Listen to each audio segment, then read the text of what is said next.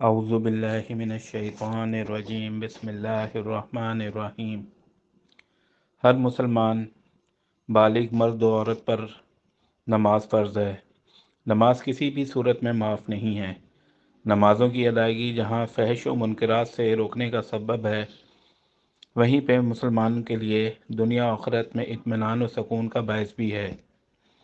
ہر نماز کی اپنی ایک الگ اہمیت ہے۔ کسی بھی نماز کو جان بوجھ کر چھوڑنا خسارے اور نقصان کا سبب ہے، خاص کر فجر کی نماز، جو عموماً نیند کے غلبے کے باعث بہت گراں گزرتی ہے۔ اس کا ترک کرنا بہت بڑے گھاٹے کا سودا ہے۔ اگر کوئی مسلمان نماز فجر کو چھوڑتا ہے تو اسے مختلف قسم کے خساروں کا سامنا کرنا پڑتا ہے۔ انہی خساروں میں سے چند خسارے درج ذیل ہیں۔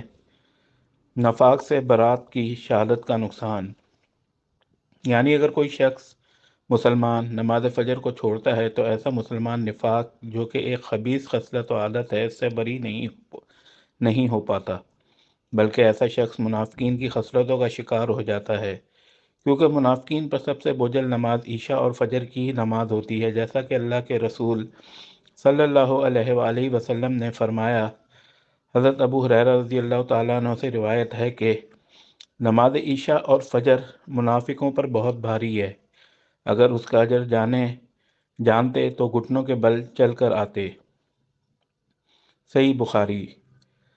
جنت سے محرومی کا نقصان، اگر کوئی مسلمان فجر کی نماز سے غافل رہا، اسے چھوڑتا رہا، تو گویا وہ جنت کو اپنے ہاتھوں سے گنواتا رہا، کیونکہ فجر کی ادائیگی جنت میں داخلے کا سبب ہے، اور اس کی عدم ادائیگی جنت سے محرومی اور خسارے کا باعث ہے، جیسا کہ اللہ کے رسول صلی اللہ علیہ وآلہ وسلم نے فرمایا، جس نے 2 ٹھنڈی نمازیں پڑھی وہ جنت میں داخل ہوگا۔ ایک انسان کی سب سے بڑی کامیابی جہنم سے آزادی اور جنت میں داخلہ ہے، جیسا کہ اللہ نے فرمایا، جو شخص جہنم سے بچا لیا گیا اور جنت میں داخل کر دیا گیا تو وہ کامیاب ہو گیا۔ سورہ عمران 185۔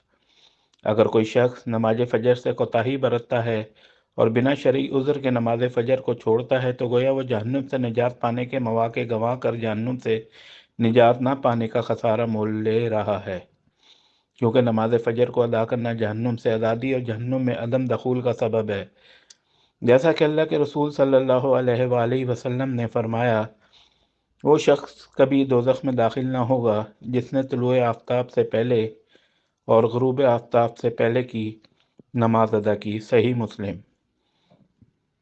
اللہ کی خاص عنایت اور اس کی حفاظت کا نقصان، صلاۃ فجر کی عدم ادائیگی ایک بندے کے لیے اللہ کی طرف سے ملنے والی خصوصی عنایت و حفاظت کے خسارے اور نقصان کا ذریعہ ہے۔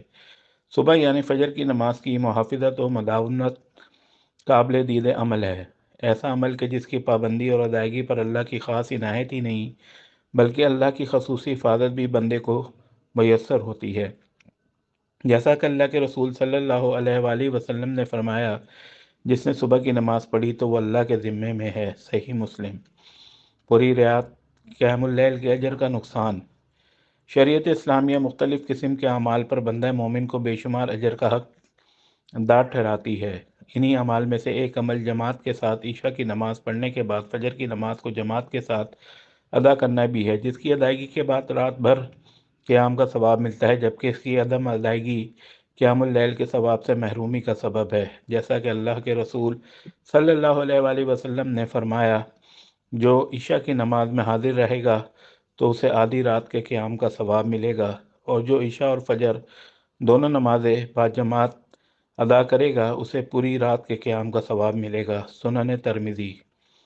رب کے حضور فرشتوں کا بندوں کے تئیں گواہی نہ دینے کا نقصان، فجر اور عصر کی اس وقت پر ادائیگی ایک بندہ مومن کے لیے بڑی خوش بختی کی علامت ہے، کیونکہ یہی وہ نمازیں ہیں کہ جن کی ادائیگی کے بعد فرشتے اللہ کے پاس اس بات کی گواہی دیتے ہیں کہ مولا تیرے اس بندے کو جب میں نے چھوڑا تو نماز فجر یا نماز عصر میں مشغول تھا۔